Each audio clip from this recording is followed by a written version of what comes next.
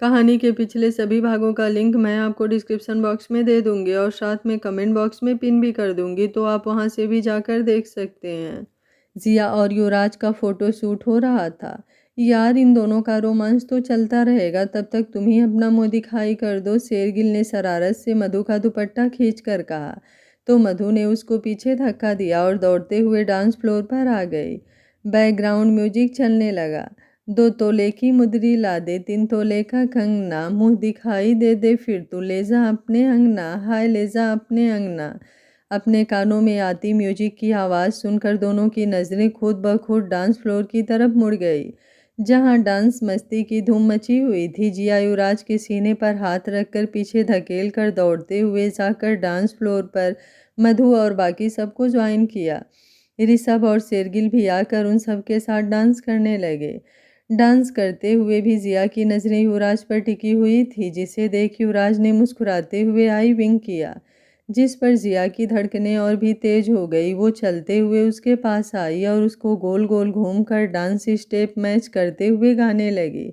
सजना वे आँख तेरी है बदतमीज रे, पानी पानी कर दे शर्म से है ऐसी चीज रे। ऋषभ ने भी मौके का फुल ऑन फायदा उठाना चाहा। उसने भी मानुषी के कमर पर हाथ रखकर अपने करीब खींच लिया और उसके होठों की तरफ झुकने लगा, पर बीच में मानुषी ने अपनी उंगली अड़ाकर गाना शुरू किया। धड़कनों को हौले हौले होने दे तेज रे, फल सब्र का मीठा चॉकलेट से ज़्यादा रे, कुछ देर तू रख ले रे नेक इरादा। चलो चलो, बहुत हो गया मस्ती मजाक, अब चलो लड़कियों मेहंदी लगवाने बैठो, जया जी ने कहा। आहूजा मेंशन रात के 12 बजे फंक्शन खत्म होने के बाद सब मेहमान आराम कर रहे थे, लेकिन अंबर इन सबसे उलट गार्डन में बैठा अपने लैपटॉप पर ना जाने क्या कर रहा था। उसके सामने जिया और युवराज की ढेर सारी पिक्चर्स पड़ी हुई थी। वो अपने काम में इस कदर मशगूल था कि उसे एहसास ही नहीं हुआ कि कब जिया आकर उसके बगल में बैठ चुकी थी। हे, इतनी रात को क्या कर रहे हो, नींद नहीं आ रही क्या? अचानक से जिया की आवाज़ सुनकर अंबर चिहुक उठा और हड़बड़ी में लैपटॉप को बंद कर दिया।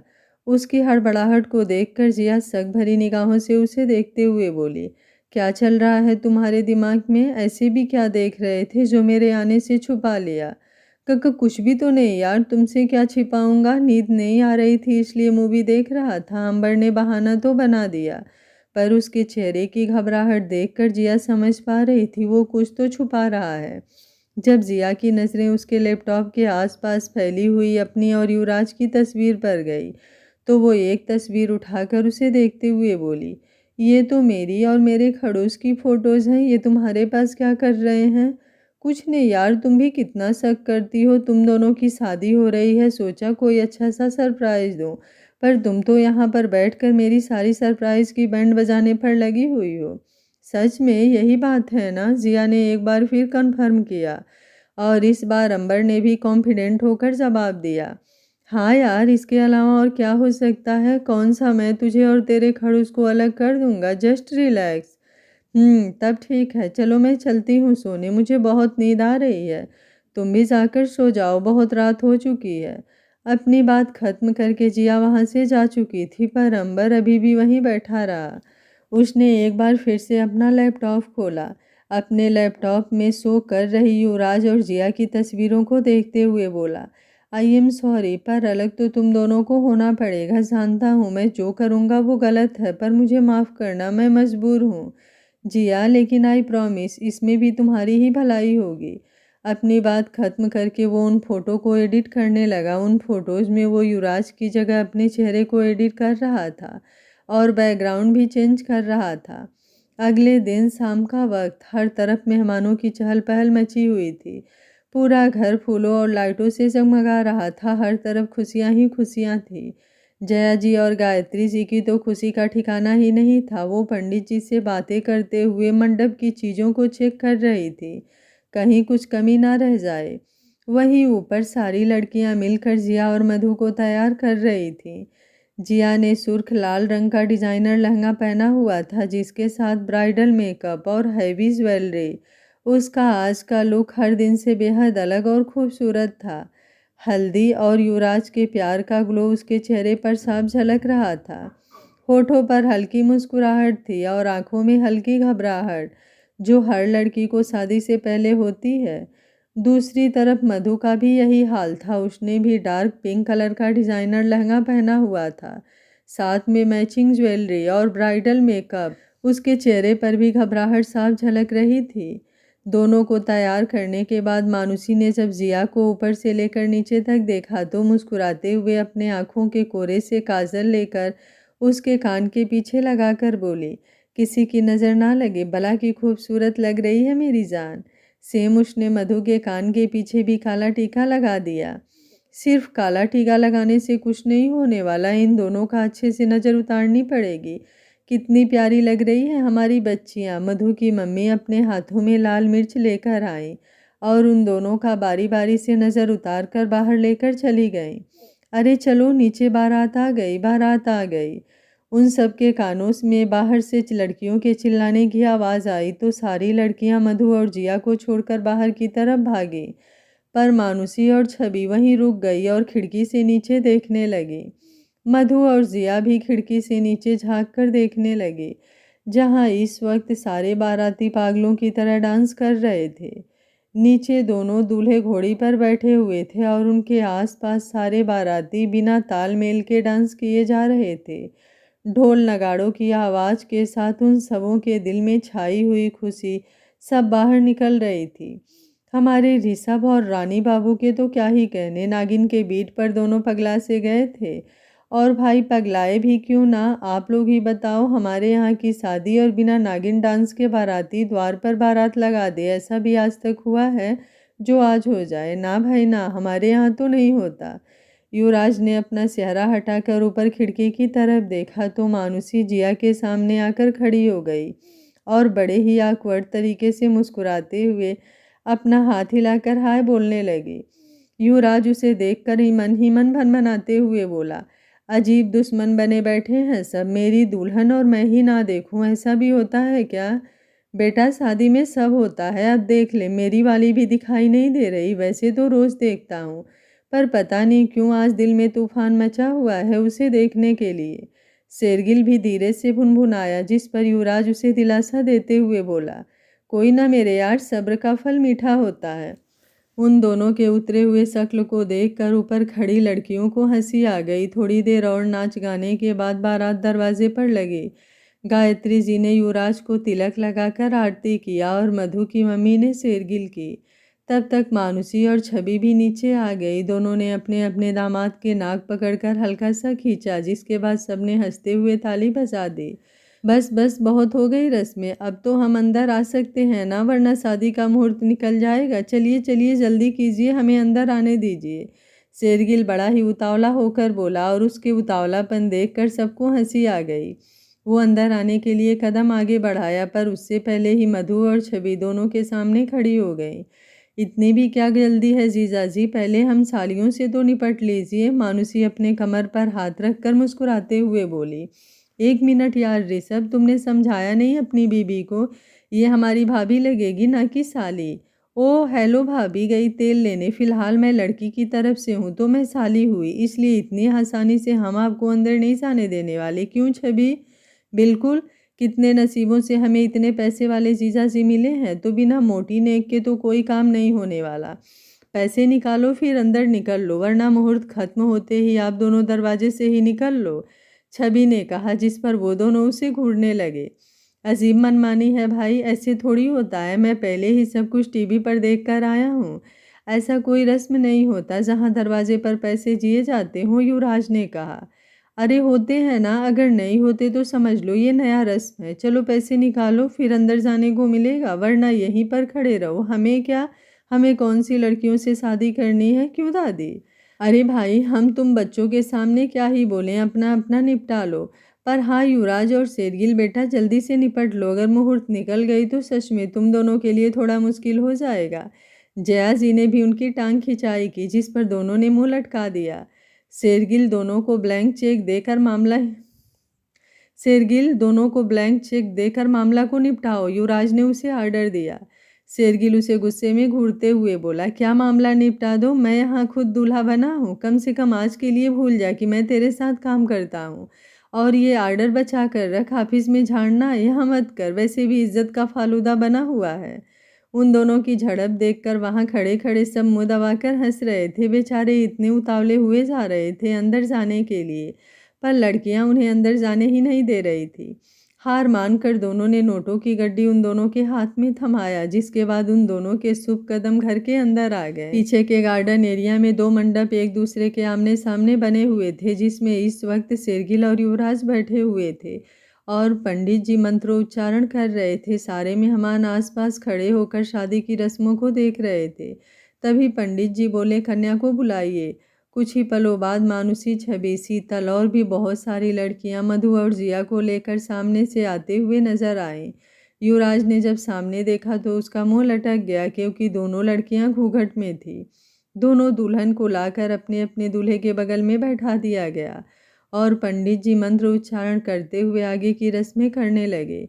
वर वधू वरमाला के लिए खड़े हो जाइए, पंडित जी ने कहा और दोनों जोड़ियां अपने अपने जगह पर खड़ी हो गई। मानुषी और छवि अपने अपने हाथों में बड़े बड़े थाल में फूलों की खूबसूरत से हार लेकर उनके सामने आ गए।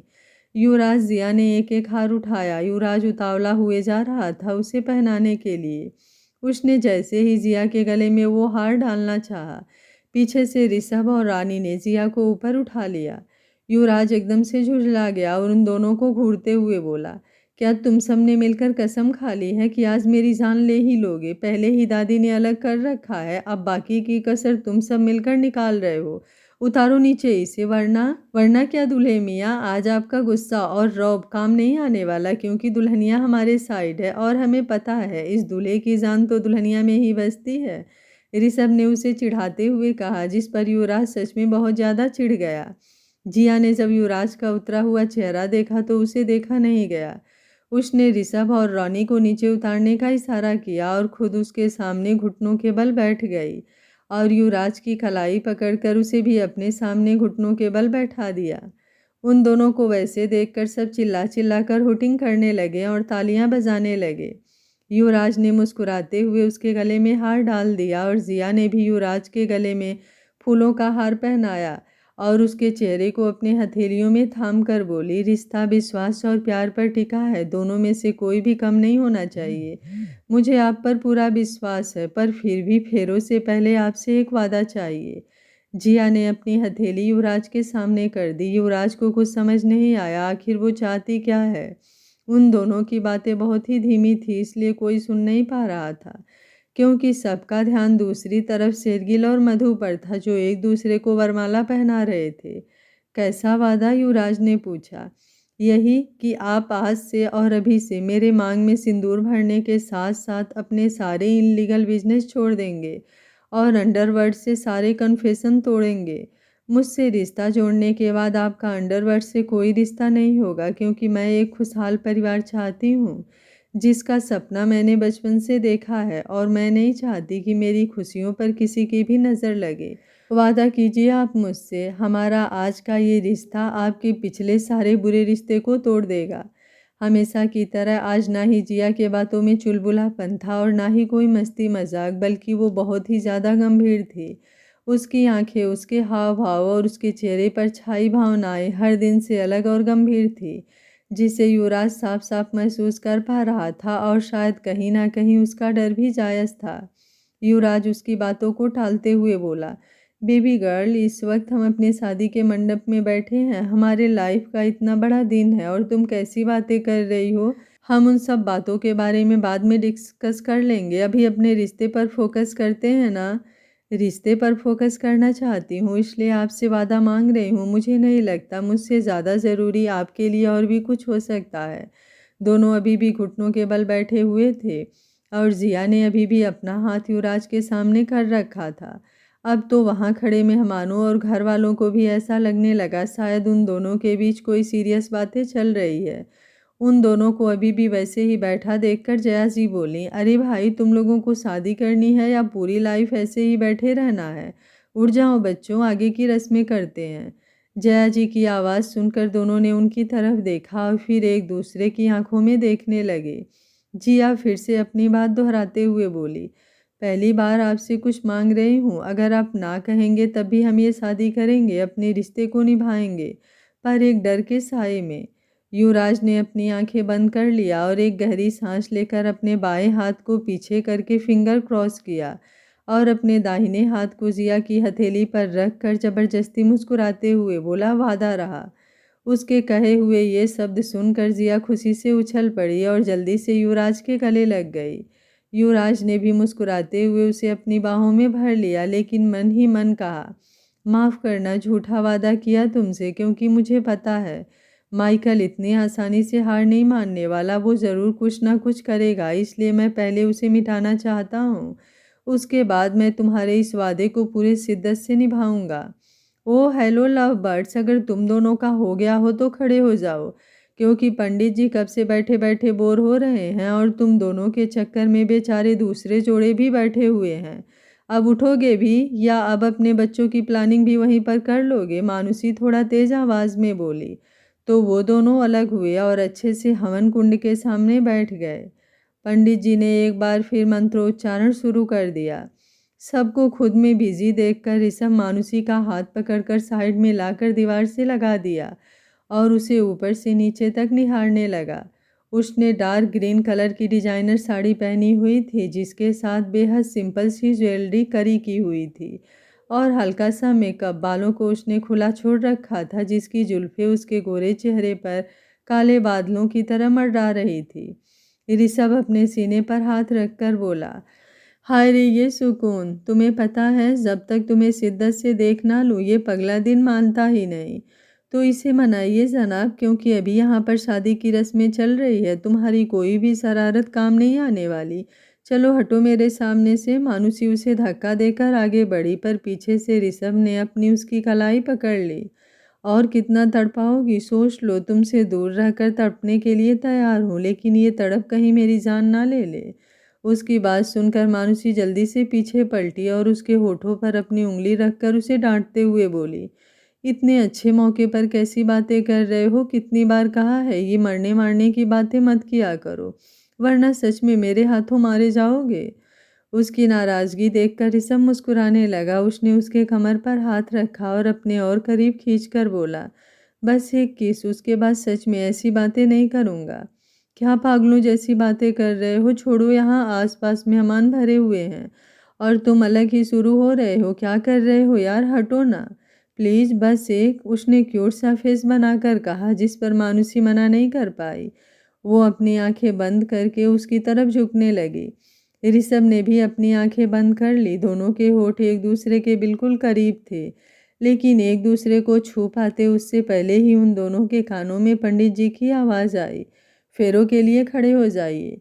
दोनों ने जल्दी से अपनी आंखें खोल दी। ऋषभ ने बुरा सा मुंह बनाया और वहां से जाने लगा, पर मानुसी ने उसकी कलाई पकड़ लिया और उसके करीब जाकर अपने एक हाथ को उसके गाल पर रखकर उसके दूसरे गाल पर किस कर लिया। अब चलो, हम दोनों के बेस्ट फ्रेंड की शादी है, मिस नहीं कर सकते। आ जाओ, बाकी का रोमांस रूम में कर लेना। दोनों बाहर आ गए और मंडप के पास गए जहाँ फेरे चल रहे थे। छवि ने उन दोनों के हाथों में फूल थमा दिया। शेरगिल मधु के हाथ को थाम कर फेरे ले रहा था। वहीं दूसरी तरफ फेरे लेते हुए अचानक से जिया के कदम लड़खड़ा गए, लेकिन वो गिरती उससे पहले ही युवराज ने मौका देखते ही उसे अपनी गोद में उठा लिया और वैसे ही फेरे लेने लगा। वाह रे हमारे मजनू, बस मौका चाहिए इसे, ऋषभ ने कहा, जिसे सुनकर मानुसी हंसने लगी। फेरे संपन्न हुए। उसके बाद पंडित जी ने कहा तो दोनों ने अपने अपने दुल्हन के मांग में सिंदूर भरा और उसके बाद गले में मंगलसूत्र पहनाया, जिसके बाद फाइनली पंडित जी ने कहा, विवाह संपन्न हुआ, आप अपने अपने बड़ों का आशीर्वाद ले लीजिए। खुश रहो, सदा सुहागन रहो, हमेशा सुखी रहो। सारे बड़ों ने उन्हें ढेर सारे आशीर्वाद दिए और बाकी रिलेटिव्स ने उन्हें उनके नई लाइफ की ढेर सारी गुड विशेष दिए। सब बहुत खुश थे। सारे मेहमान खाने के लिए चले गए और दोनों दुल्हनों को आराम करने के लिए साइड में बैठा दिया गया और आसपास बाकी लड़कियां उन्हें घेर कर बैठ गई। लेकिन जब हमारे दूल्हे ने आसपास नजरें दौड़ाई तो उनके जूते ही गायब थे। यार शेरगिल, तूने मेरे जूते देखे क्या? युवराज ने पूछा, जिस पर शेरगिल बोला, नहीं यार, मेरे भी जूते नहीं दिख रहे हैं। लो भाई, हो गया घोटाला, रोनी ने अपने सर पर हाथ मार कर कहा तो सब उसे देखने लगे। अब क्या हुआ, मुझे ऐसे टुकुर टुकुर क्यों देख रहे हो? लड़कियां उड़ा ले गई जूते और फिर से मोटी रकम लगेगी तब जूते मिलेंगे। वाट, फिर से पैसे? युवराज बड़ा सा मुंह खोल कर बोला। ऋषभ लड़कियों को देखते हुए तैस में आकर बोला, अरे नहीं, ऐसे कैसे पैसे ले लेंगी? रुक, हम सब हैं ना, मिलकर ढूंढ लेंगे, चलो। सब कोई जूते ढूंढने लगे और हमारी लड़कियां आराम से बैठे फ्रूट्स एंजॉय कर रही थी और एक दूसरे से बातें करते हुए खिलखिलाकर हंस रही थी। लगभग 1 घंटे लगे जूते ढूंढने में, पर फिर भी उन्हें जूते नहीं मिले। अब तो हार मानकर सारे लड़के एक जगह इकट्ठा हो गए और लड़कियों को घूरने लगे। भाई दे दे पैसे, वरना बिना जूते के इज्जत का कचरा बन जाएगा, ऋषभ ने मायूस होकर कहा। जिस पर युवराज उसे घूरते हुए बोला, पहले से ध्यान नहीं रख सकता था साला, कमीना कहीं का। साला किसे बोला बे? पहले जाकर अपने सालियों से निपट, बाद में मुझे गालियां दे देना। युवराज और शेरगिल बेचारे मुंह बनाकर मानुसी के पास गए और धीरे से बोले, हमारे जूते दे दो। पहले पैसे दे दो, फिर जूते तो खुद ब खुद मिल जाएंगे। दोनों ने एक दूसरे को देखा और जेब से नोटों की मोटी गड्डी निकाल कर उन दोनों के हाथों पर थमा दिया और थोड़ा तेज आवाज में बोला, अब तो जूते दे दो। अभी देते हैं। छवि और मानुसी एक साथ खुश होकर बोली। जिया और मधु को आंखों ही आंखों में इशारा किया। दोनों अपना लहंगा ऊपर उठाकर अपने पैरों में पहने हुए जूते उन दोनों के सामने लाकर खोल दिया। उन दोनों को देखकर दोनों लड़के के मुंह खुले के खुले रह गए। दोनों उन दोनों को घूरते हुए बोले, तुम दोनों भी मिली हुई थी? बस थोड़ा थोड़ा। उनकी बात खत्म होते ही सब एक साथ खिलखिलाकर हंसने लगे। दोनों दुल्हनों का स्वागत वापस आहूजा मेंशन में ही हुआ, क्योंकि शेरगिल की कोई फैमिली नहीं थी। इसलिए जया जी चाहती थी मधु की पहली रसोई की रस्म यहीं पर हो जाए, उसके बाद वो दोनों अपने घर जाकर सेटल हो जाएं। इसलिए उन्होंने मधु और शेरगिल के स्वागत भी यहीं कर दी। सारे रस्म होने के बाद दोनों दुल्हनों को अपने अपने कमरे में भेज दिया गया और जब हमारे दूल्हे मियाँ गए तो पहले ही मानुसी और छवि दोनों के दरवाजे पर हाथ बांध कर पहरा दे रही थी। युवराज के सामने मानुसी हाथ बांधे खड़ी थी। युवराज ने भी अपने हाथों की घड़ी बांधी और उसे घूरते हुए बोला, यार और कितने पैसे लूटने का इरादा है? मानुसी भी उसी अंदाज में बोली, जितना तुम लुटा सको। अब चलो जेब ढीली करो। अगर पैसे की जगह कुछ और दूं तो चलेगा? हाँ चलेगा, बताओ क्या देने वाले हो? मानुसी ने अपनी हथेली आगे करके पूछा। युवराज ने वहीं कमरे के साइड में रखे हुए टेबल से एक छोटा सा गिफ्ट बॉक्स उठाकर मानुसी के हाथों में रख दिया और उसे खोलने का इशारा किया। मानुसी ने जब गिफ्ट ओपन किया तो उसमें एक बहुत ही सुंदर छोटा सा सोने के लड्डू गोपाल की मूर्ति थी और उसी के साथ एक छोटा सा नोट जिस पर लिखा था, जिस तरह मेरे दोस्त के लाइफ में आकर उसकी ज़िंदगी से अंधेरे को मिटा चुकी हो, उसी तरह बिल्कुल ऐसे ही एक छोटे से लड्डू गोपाल को तुम दोनों अपनी ज़िंदगी में लाकर अपने इस रिश्ते को मुकाम तक पहुंचाओ और मेरे दोस्त की ज़िंदगी में खुशियां ही खुशियां भर दो। जब मानुसी ने वो नोट पढ़ा तो उसके होठों पर गहरी मुस्कुराहट और आंखों में हल्की नमी छा गई। उसने अपनी भीगी पलकों से युवराज को देखा तो युवराज ने आगे बढ़कर उसके आंसुओं को साफ किया और अपने गले से लगा लिया। थोड़ी देर बाद मानुसी उससे अलग हुई और अपने आंसू पोंछ कर नकली नाराजगी से बोली, पक्के वाले बिजनेसमैन हो, गिफ्ट मुझे दिया और खुशियाँ अपने दोस्त की मांग ली। वो तो है, लेकिन इसके अलावा भी तुम्हारे लिए कुछ है? युवराज ने अपने साइड से 2 ज्वेलरी बॉक्स उठाया, उसे थमाकर बोला, एक तुम्हारे लिए और एक छवि के लिए। आई होप तुम दोनों को पसंद आएगा। अब तो सामने से हट जाओ। हट जाऊंगी, पर मुझे एक और चीज़ चाहिए। जैसे तुमने मुझसे अपने दोस्त की खुशियाँ मांगी, वैसे ही मैं भी तुमसे अपने दोस्त की खुशियाँ मांगती हूँ। ताउम्र उसके साथ रहना। वादा किया, वो चाहेगी फिर भी उसे नहीं छोड़ूंगा। युवराज ने मानुसी की नाक खींच कर कहा तो मानुसी भी उसकी नाक खींच लिया और मुस्कुरा कर बोली, मैंने भी वादा किया, तुम्हारे दोस्त की ज़िंदगी में हमेशा खुशियाँ ही खुशियाँ होंगी। इधर शेरगिल ने भी छवि से निपट लिया था और जब वो दरवाज़ा खोलकर अंदर गया तो उसकी सांसें ही अटक गईं।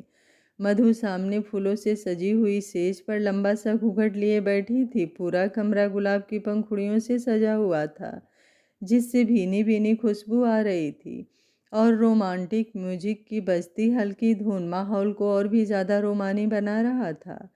शेरगिल ने ये सब सिर्फ फिल्मों में ही देखा था, लेकिन आज उसके इस सपने को उसकी जान ने पूरा कर दिया था।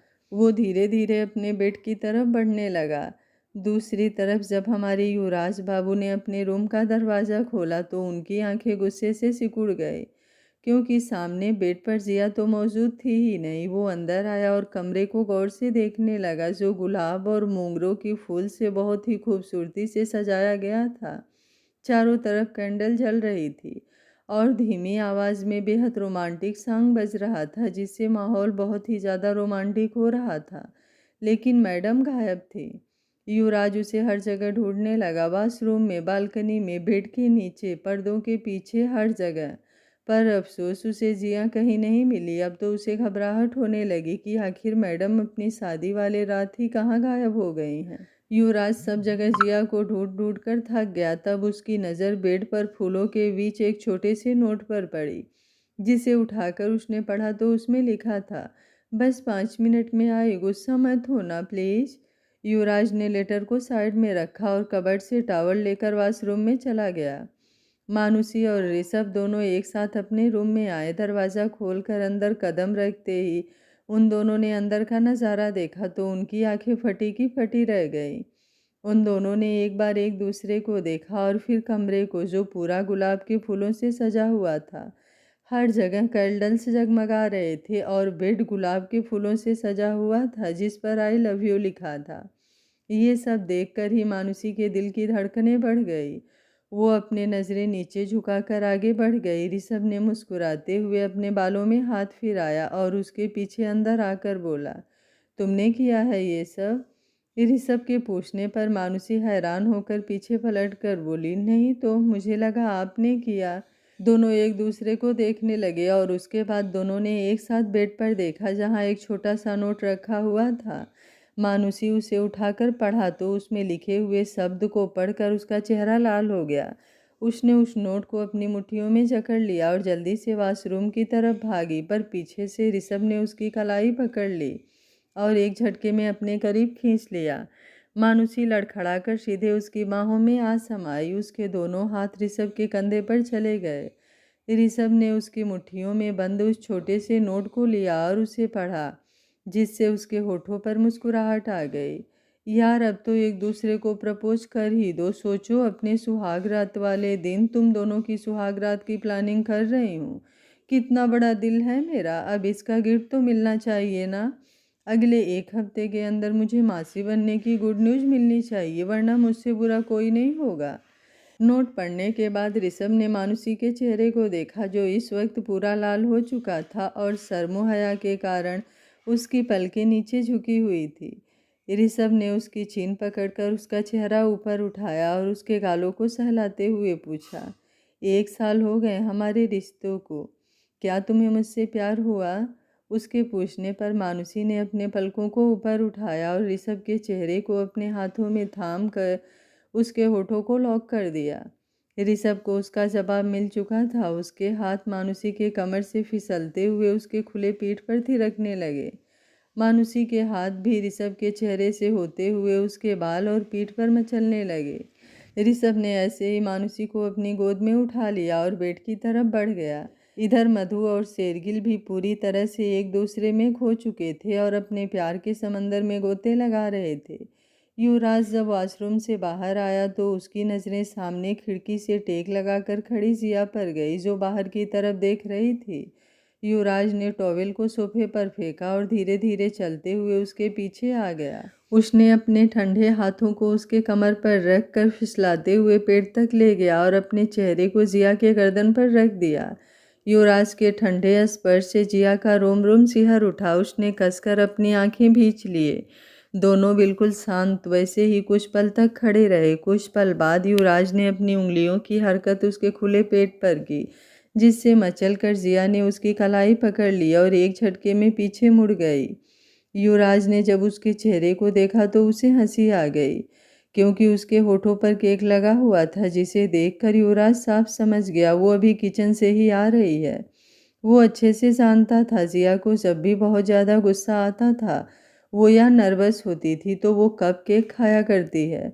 उसने उसके कमर को पकड़कर दीवार से सटा दिया और उसके होठों पर नज़र गड़ाकर बोला, मेरे सामने आने में इतना हेसिटेशन? मैडम, हस्बैंड हूँ तुम्हारा और आज हमारी सुहाग रात है, इसलिए तो घबराहट हो रही है। जिया धीरे से बुदबुदाई, पर उसकी होठों की हरकत देखकर युवराज समझ गया उसने क्या कहा। युवराज उसकी तरफ झुकते हुए उसके होठों पर लगे केक को अपनी उंगलियों से साफ किया और धीरे से उसके होठों को लॉक कर दिया। जिया की आंखें खुद ब खुद बंद हो गईं और उसकी मुट्ठियों की मजबूत पकड़ युवराज के टी शर्ट पर बन गई। आज जिया भी पूरी तरह से तैयार थी युवराज के साथ इस प्यार भरे पल को जीने के लिए, इसलिए उसने कोई विरोध नहीं किया। जब दोनों की सांसें भारी होने लगी तब युवराज उससे दूर हुआ और जिया के चेहरे को देखने लगा, जिस पर उसके शर्म हया की लाली से जिया का पूरा चेहरा लाल हो चुका था और पलकें झुकी हुई थी। उसने जिया के गले में पहने हार उसके प्यार में रुकावट डाल रहे थे। उसने उसे एकदम से पलट दिया और अपने दांतों से उसके हार को खोलकर वहीं नीचे गिरा दिया। तो जिया जल्दी से युवराज को धक्का दे दी और 2 कदम आगे आ गई, पर पीछे से युवराज ने उसकी चुन्नी पकड़ ली। वो चलते हुए उसके पास आया और उसके दोनों कलाइयों को पकड़कर पीछे मरोड़ दिया और धीरे धीरे उसके नाजुक हथेलियों को उन चूड़ियों के भार से आज़ाद करने लगा। उसने जिया को अपनी बाहों में उठा लिया और बेड पर लेटाकर उसके माथे को चूम कर बोला, आई लव यू स्वीटू, क्या मुझे? उसके आगे बोलने से पहले ही जिया ने उसके होठों पर अपनी उंगली रख दी और धीरे से बोली, आपको इजाज़त की ज़रूरत कब से पड़ने लगी? मेरी ज़िंदगी, मेरी जान, मेरी रूह और मेरे जिस्म के हर एक ज़र्रे ज़र्रे पर सिर्फ़ और सिर्फ आपका हक है, और हक जताने के लिए इजाज़त की नहीं, प्यार की ज़रूरत पड़ती है। उसकी बातों को सुनकर युवराज हौले से मुस्कुराया और उसने लाइट ऑफ किया और जिया को अपने आगोश में भरकर उसे अपने प्यार के समंदर में ले डूबा। रात के लगभग 3 बज रहे थे। जहां पूरा मेंशन नींद के आगोश में डूबा हुआ था, वहीं कोई था जो सबसे नजरें चुरा कर युवराज के स्टडी रूम तक आ चुका था। इधर जिया थकान से चूर होकर युवराज के सीने पर अपना सर रखकर गहरी नींद की आगोश में थी, जब अचानक से युवराज ने अपनी आंखें खोल दी। उसने जिया को देखा जो किसी बच्चे की तरह उससे लिपटकर सो रही थी। उसके चेहरे पर छाई मासूमियत को देखकर युवराज के होठों पर ना चाहते हुए भी मुस्कुराहट आ गई। उसने धीरे से जिया को सीधा लेटाया और अपना टी शर्ट उसे पहना दिया। कुछ पल बैठकर वो उसे निहारता रहा, उसकी बॉडी पर अपने प्यार की निशानियों को देखकर मुस्कुराते हुए खुद से बोला, बहुत ज़्यादा तकलीफ़ दे दिया ना मैंने तुम्हें सोना, लेकिन आगे तुम्हें जो तकलीफ़ देने वाला हूँ उसके लिए मुझे माफ़ करना। तुम्हारी आंखों में एक बूंद भी आंसू नहीं देख सकता, पर मुझे ये करना होगा। एक बार माइकल को उसके अनजान तक पहुँचा दूँ, उसके बाद वादा करता हूँ तुम्हें सिर्फ प्यार ही प्यार मिलेगा। उसने अपनी बात खत्म करके जिया के होठों पर किस किया और उसके बालों को सहलाकर कबर्ड से टी शर्ट निकाल कर पहनते हुए अपनी स्टडी रूम में चला गया। युवराज इस वक्त किसी महाराज की तरह पैर पर पैर चढ़ाकर अपने सिंगल सोफे पर बैठा हुआ था और वहीं उसके सामने एक आदमी खड़ा था जिसने ऊपर से नीचे तक ब्लैक ड्रेस पहन रखी थी, यहाँ तक कि चेहरे पर मास्क और सर पर टोपी जिससे उसकी पहचान छुपी रहे। उस आदमी ने अपना मास्क उतारा और युवराज के सामने बैठते हुए बोला, गलतफहमी में हो तुम युवराज आहूजा, जिस दुश्मन को खत्म करने की तुम साजिशें रच रहे हो वो तो कब का मर चुका है। ये कोई और है जो उसके नाम के पीछे छुपकर तुम्हें बर्बाद करने की साजिश रच रहा है। उस आदमी की बातों को सुनकर युवराज हल्का सा मुस्कुराया और अपना सर पीछे टिकाकर बोला, युवराज आहूजा को बर्बाद करना बच्चों का खेल नहीं बिशांत मित्तल। अब यहाँ तक आने का रिस्क ले ही लिया है तो वजह भी बता दो। तुम जानते हो कि मैं तुम्हारे लिए काम करता हूँ और इतने सालों से तुम्हारे कहने पर मैं माइकल के साथ रहा, लेकिन आज से ठीक 1 साल पहले जब तुम उस लड़की को लेने वहाँ गए थे और माइकल के ऊपर जलती हुई लाइटर फेंकी थी, उसी वक्त वो आग पूरे कमरे में फैल चुकी थी। उसके आदमी जब तक उसे निकालकर अस्पताल पहुँचाते उसने अपना दम तोड़ दिया। इन दैट केस वो मर चुका है। ये कोई और है जिसका निशाना जिया है, क्योंकि वही है तुम्हारी कमज़ोर नस, जिसे दबाते ही तुम बर्बाद और वो आबाद। साला कितनी पतली चमड़ी का था, इतनी जल्दी मर गया। सोचा था अपने हाथों से मार कर अपने दिल को ठंडक पहुंचाऊंगा। खैर छोड़ो, युवराज आहूजा हमेशा अपने दुश्मनों से 2 कदम आगे का सोचता है। अब जब इतना बता ही दिया है तो ये भी बता दो, आखिर ऐसा कौन सा मेरा छुपा हुआ दुश्मन इतने सालों बाद मेरे सामने आ गया, और वो भी मुझे बर्बाद करने के इरादे से। चंद्रशेखर राणावत का बेटा दुष्यंत, तुम्हारा दोस्त, भूल गए? दुष्यंत, युवराज अपने माथे पर अपने अंगूठे से सहलाते हुए अपने दिमाग पर जोर डालने लगा। वो वहां से उठा और खिड़की के पास आकर कुछ सोचते हुए बोला, दुष्यंत राणावत, इसे और इसके बाप को मैं कैसे भूल सकता हूँ। दादी के कहने पर इसे जिंदा छोड़ा था, वरना जिस दिन इसके बाप की चिता जलाई थी उसी दिन इसकी भी जला देता। उसके सीने में भी तुम्हारे लिए ऐसे ही नफरत की आग जिंदा है, लेकिन मैं समझ नहीं पा रहा। जहाँ तक मुझे पता है, एक वक्त में तुम्हारे और उसके डैड दोनों जिगरी दोस्त हुआ करते थे। फिर ऐसा क्या हुआ था जो तुम दोनों एक दूसरे के खून के प्यासे बन गए? उसके सवाल पर युवराज खामोश ही रहा। उसने स्टडी रूम के साइड में लगे शेल्फ से एक फाइल उठाई जिस पर राणावत लिखा था। वो उस फाइल को गहरी नज़रों से देखते हुए गहरी आवाज़ में बोला, अब तुम जा सकते हो। प्लान वही है जैसा तुमने पहले इन्फॉर्मेशन दिया था, उसी के अकॉर्डिंग प्लान वही रहेगी। और हाँ, जानवर है वो, अगर तुम्हारी महक उसके नाक तक पहुंची तो पलक झपकते ही तुम्हारी लाश जमीन पर पड़ी हुई मिलेगी, इसलिए संभल कर रहना। विशांत अपनी जगह से उठा और युवराज की आंखों में देखते हुए बोला, जानते हो वो कितना खतरनाक है, फिर भी तुम ये करने वाले हो? हाँ, मैं ये करूँगा। शुरुआत हो चुकी है, अब अंत उसके मौत से ही होगी। गलती कर दी तूने राणावत, वापस तुझे मेरे नज़रों के सामने नहीं आना चाहिए था। अगली सुबह सुबह के 5:30 बज रहे थे जब जिया ने खसमसाते हुए अपनी आंखें खोली और अपने होठों पर बड़ी वाली स्माइल लेकर अपने बगल में सो रहे युवराज को देखा, जो सुकून से उसे अपनी बाहों में भरकर सो रहा था। जिया ने करवट लेकर उसके गाल पर अपनी हथेली रखी और कुछ पल तक मुस्कुराते हुए उसके गालों को सहलाते हुए उसे निहारती रही। जी भर के उसे अपनी आंखों में बसाने के बाद उसने झुककर उसके होठों को छू लिया और फिर उसके माथे को चूमकर धीरे से बोली, गुड मॉर्निंग मिस्टर खड़ूस।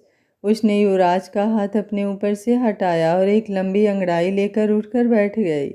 जब उसने अपनी नज़रें कमरे में घुमाई तो उसकी ज्वेलरी अभी भी वहाँ फर्श पर बिखरी हुई थी, जिसे देखकर उसका गाल टमाटर की तरह लाल हो गया और पलकें खुद ब खुद नीचे झुक गई। मधु और शेरगिल का कमरा। खिड़की के पर्दों से छन कर आ रहे सूरज की रोशनी से शेरगिल की नींद खुल गई। जब उसने अपनी आंखें खोली तो उसके ठीक सामने मधु का खिला खिला चेहरा था, जो उसके चेहरे के बेहद करीब था।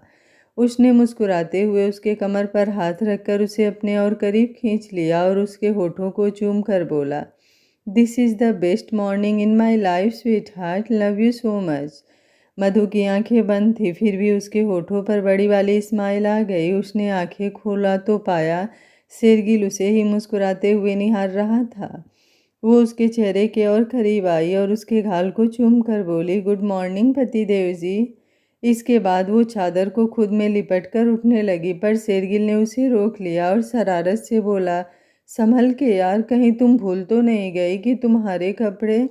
शेरगिल इससे आगे बोलता उससे पहले मधु ने एक तकिया उठाकर उसके मुंह पर रखकर दबा दिया और गुस्से में बोली, अगर चाहते हो कि शादी की पहली सुबह मैं तुम्हारी धुलाई कर दूँ तो बेशक तुम बोल सकते हो, लेकिन अगर अपनी भलाई चाहते हो तो मुंह बंद करके रखो, वरना मुझसे बुरा कोई नहीं होगा, समझे?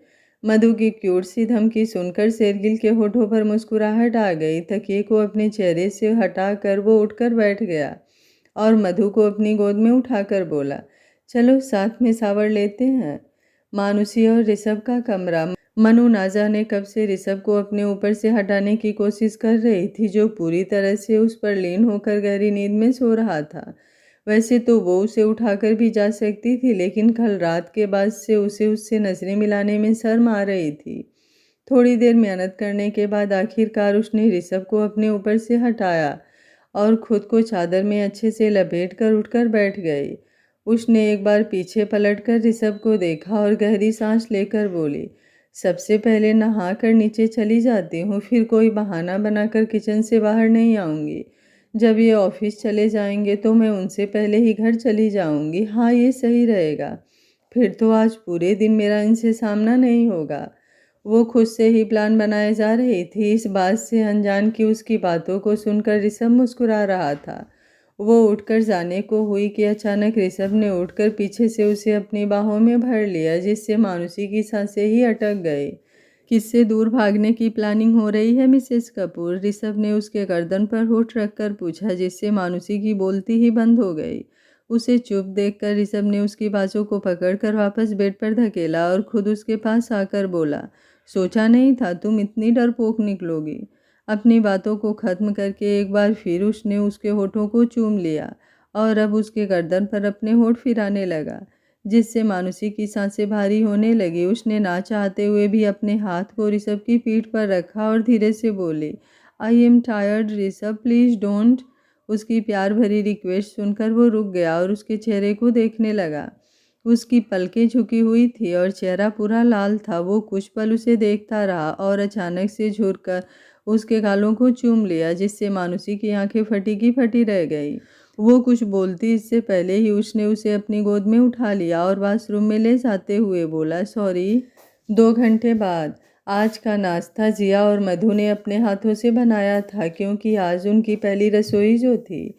जिया ने रेड कलर का अम्ब्रेला फ्रॉक पहन रखी थी और दुपट्टे को राइट साइड कंधे पर रखा था।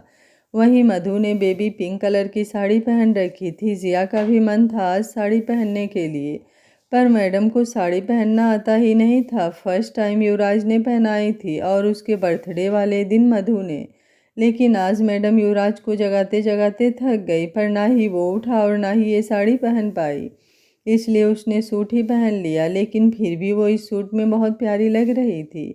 हाथों में भरी हुई चूड़ियाँ, गले में डायमंड का छोटा सा मंगलसूत्र, मांग में युवराज के नाम का सिंदूर और माथे पर एक छोटी सी चमचमाती हुई बिंदी। सच में बिल्कुल नई नवेली दुल्हन की तरह खूबसूरत लग रही थी। नाश्ता टेबल पर सर्व हो चुका था और सब मौजूद थे सिवाय युवराज के, जो अभी भी घोड़े बेचकर सो रहा था। जया जी जिया से बोली, जिया युवराज कहाँ रह गया, अभी तक सो रहा है क्या?